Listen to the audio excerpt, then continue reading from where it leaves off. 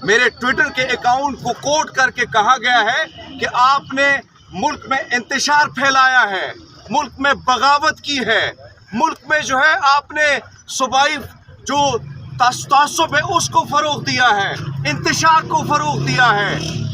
मुझे मेरी मुहब्बे वतन होने पर जो है सवालात उठा रहे हैं। अरे भाई, इस वक्त जो तुम लोग बड़ी बड़ी कुर्सियों पर बोने बैठे हो, ये पाकिस्तान जब नहीं था, मेरी आज से कब 5 से 6 पुश्तें मेरी इधर की हैं। मेरे पास तो ऑप्शन था कि मैं हिंदुस्तान की तरफ जाता, नहीं गया, क्योंकि रियासत मेरी यही है, वतन मेरा यही है। और इस वक्त मैं माजी में भी कहा, कई दफ़ा मैंने ये बात की है कि मत करें इस किस्म की भोंडी हरकतें। मैं नहीं चाहता कि अक़लियती कार्ड को मैं इधर आके खेलूं, और ना मैंने खेलने की कोशिश की है। लोग कहते हैं कि शायद अक़लियती कार्ड खेलने के लिए शख्स आ जाता है, मुझे कोई ज़रूरत नहीं है।